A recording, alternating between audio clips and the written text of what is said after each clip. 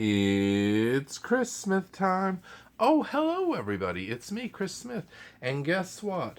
Today I'm reviewing Tina, the Tina Turner musical, which I just saw last week at the beautiful Hollywood Pantages Theater on its West Coast leg of the national tour. Now, look, this is very special. I don't know how long they'll have the Tina Turner memorial cover, but they have the actual picture of Tina Turner with her, who just passed away May 23rd of this year, 2023. And they have Tina Turner 26 November 1939 to 23 May 2023. You know, they may keep this the whole rest of the year, I don't know. But this is very special. Because normally the cover, of course, would be like the artwork. But so that was very special, and it was very strange to be seeing it so soon after her passing. And we also got the pride colors for the top of the playbill, which playbill does every June for its magazine and for all the playbills across the country and on Broadway. Even though I saw it in July, but it was toward the end of the run at the Pantages Theater. It ran in Los Angeles from June 13th to July 9th. So we were lucky we still got the June colors. So yes, Tina, the Tina Turner musical, started in on the West End back in 2018. It did very well there, and it starred Adrienne Warren, and she brought the show, came with the show to Broadway, playing Tina Turner, and she won a Tony Award for it for Best Performance by a Leading Actress in a Musical. Now, as you know, the show started in 2019, like I said, on Broadway, and it was only playing a number of months, and then, of course, COVID hit, and the show shut down in March of 2020, and then it reopened in the fall of 2021 when theaters were able to open again. So, what is Tina, the Tina Turner musical, about? Well, it is it's different from a lot of the I almost said biopic, because it is almost like a movie. You know, we already had What's Love Got to Do with It, the movie about Tina Turner from 1993 that starred Angela Bassett and was a very big hit. And so the musical feat covers her life, of course, and starts with her as a little girl, Anna Mae Bullock, in Nutbush, Tennessee, in the 1950s. And yes, so oh, she she had a difficult, very difficult life. Um, her mother left her and her father and took her older sister away, and then she was raised by her grandmother. Then she went up north and to be with her mother and her sister eventually, but it was many years later. And that's when she met Ike Turner, who was a singer and had a band. And she happened to be at the club one night and happened to sing, and he convinced her mother to let her come on the tour with him and his band. And that's when the trouble began. But of course, that's when her career began too. But Ike was a very, very abusive man, and abusive to everybody, his bandmates and backup singers, and certainly Tina. And he named her Tina Turner. They weren't even married. I didn't know that. I mean, they were eventually married, but he called her Tina Turner before she was even a Turner. Changed her name from Anna Mae Bullock too, but I guess Tina Turner has a better sound to it. It does. Now, as I was saying, it was a lot different than a lot of the biography musicals that I've seen, like Beautiful, the Carole King story, Jersey Boys, Donna, the Donna Summer musical, all of those. It wasn't called Donna, the Donna Summer musical, but I think it was called Summer, yes. Um, I'm still not quite sure how I feel about the Tina musical. I mean, it's very well done. Of course, we all love Tina. The abuse in it is so hard to take, and I mean, you have to have it in there because that was part of her story. It can't be the Tina Turner story without what happened with Ike Turner. But Ike is such an unlikable character to spend the evening with that it sort of makes you think, oh, I can't be with this character, or this real person anymore. The music, of course, is wonderful. And you know what's interesting? They have two different actresses playing Tina on the North American tour. They have Naomi Rogers here, and they have Zoran Villanueva right over here. And at my performance that I went to, we had Zoran Villanueva. Now, Zoran was wonderful, and I'm sure that Naomi is wonderful too. You don't get hired at these shows. You know, people are often like, oh, I got the understudy. I mean, unless you're seeing a big star and you really wanted to see that star, the understudy is going to be doing an excellent job. Now, these women, neither of them are the understudy. They share the role because this is a very challenging role, physically, mentally, just because of all the anguish that Tina went through. So I thought that was a very interesting choice that they have two actresses, one doing 4 performances, the other one doing 4 performances. Like I said, we had Zoran. You know, if I were a wealthy man, I would love to have gone to see a performance with Naomi Rogers in it too, because I think that would have been fun to see how they, how similar or different their Tinas were. Of course, when you're playing a role like that, you play it as written, so you're not going to be straying from how you're supposed to do the show. Now, of course, this is the window card, which I had this hanging in my beautiful living room during COVID, because I'm sure I've told many of you on this show that I was buying Broadway merchandise during the lockdowns because I wanted to do something to support the theater industry, so I was buying merch. And a lot of the shows that shut down, like Company with Patti LuPone and Mrs. Doubtfire and Tina, all of those, I had them up on my wall just to try. It was almost like lighting a candle and putting it in the window until the world could open back up and we could get Broadway and theater in general back. And everything, really. Now, so for me, as I was saying, it was difficult in the first act because of the abuse. Of course, you get all the great Tina Turner hits that you know and love. But Act 2, I really liked much better because then we're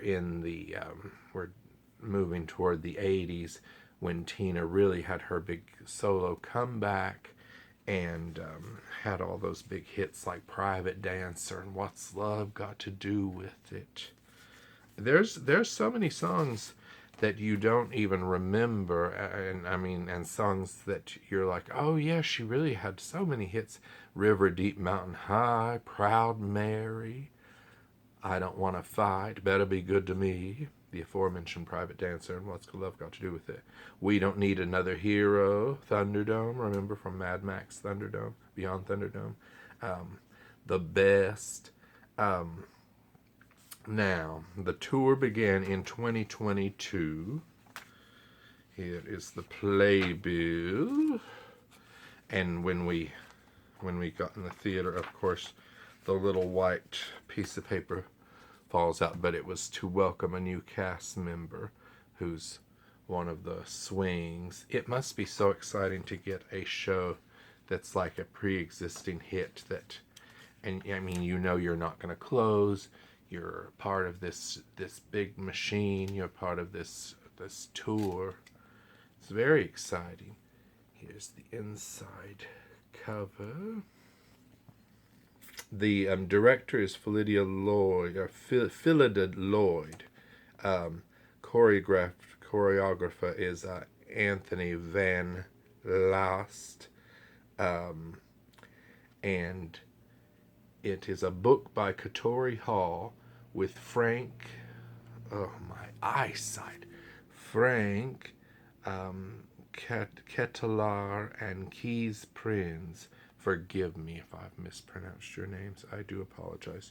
You know, when the show started, it starts with Tina doing a Buddhist chant, and she's about to go on a concert. And this is Tina in the 80s, so she's got the hair that they, of course, made iconic in, well, it was already iconic. They put it in the logo, so you know it's the Tina Turner story just by seeing her big wig.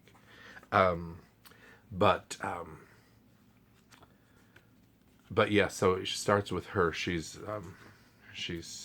doing her chant, and she's in the zone before the concert. It's all very calming, but it's a very different way to start a musical than what I've seen before.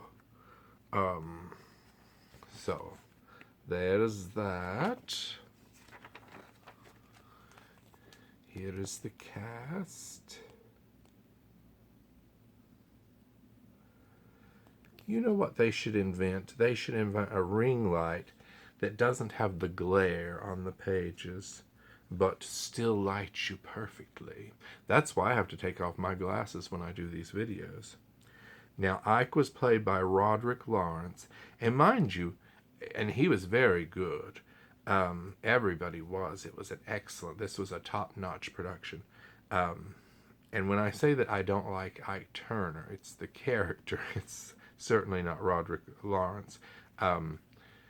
The mother is Roz White, who's wonderful. The grandmother is played by Carla R. Stewart. And everybody was so good. Of course, all the musical numbers.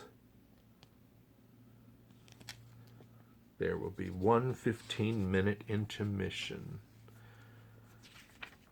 And yes, so I must say I really enjoyed this musical. Now, because it was so difficult to watch with the abuse, it sort of made it not my favorite of the biography musicals.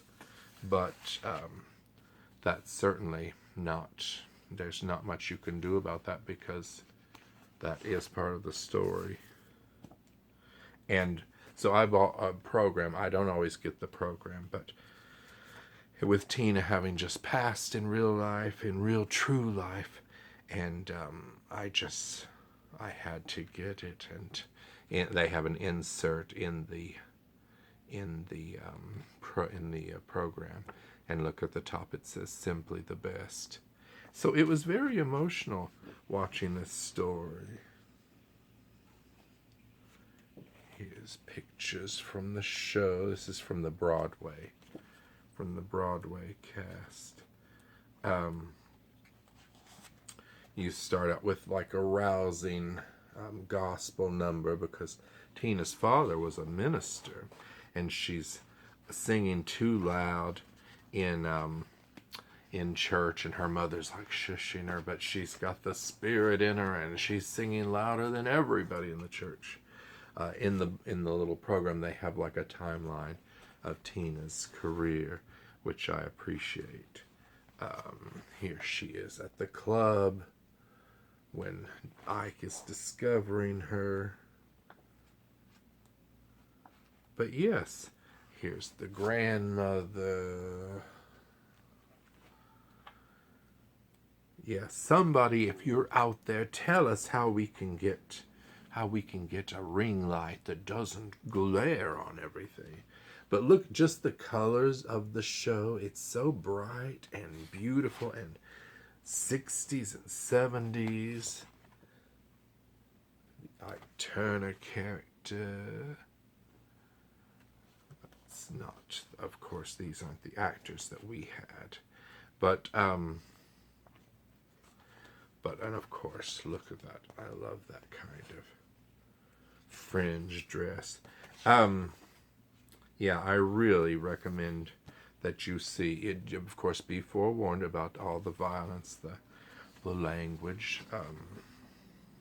But yes, if you can get a chance to see Teen, there are many touring dates because it's still early in its tour. Here are the North American tour dates. It's currently on its West Coast tour. So if you're in the Southern California area right now, it's in Costa Mesa, July 11th to the 23rd. San Diego, July 25th to July 30th. San Francisco at the Golden Gate Theater, August 1st through the 27th. I like a nice month-long run.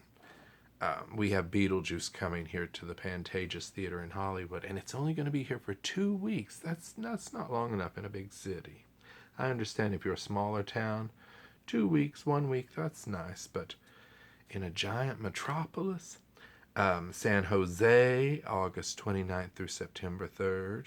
See, very short. Portland, Oregon, September 5th through September 10th. Seattle, Washington, September 12th through the 17th. But go online and check out their website, and you can see all the touring dates. Feel free to pause this video if you're too lazy to go onto their website. I like to do a service, though, and it goes, so far they have dates all the way up to Schenectady, New York, which is July 30th through August 4th, 2024. So if you're out there in the country, you do have time to see Tina, the Tina Turner musical, and maybe you'll still get the Tina Turner Memorial Playbill. Okay. Until next time, when it's Christmas time, I'm Chris Smith, and this is Blackie Humphrey, Hector Angel Shadow Rascal, who is my loyal sidekick here when I'm doing the videos, even if you don't always see him. Oh, and I also got the magnet, of course, because, you know, I have to have the magnets. So, the merchandise was top-notch. The production, top-notch. The abuse, a bit much, but what are you going to do? Okay. Goodbye, everybody. Goodbye.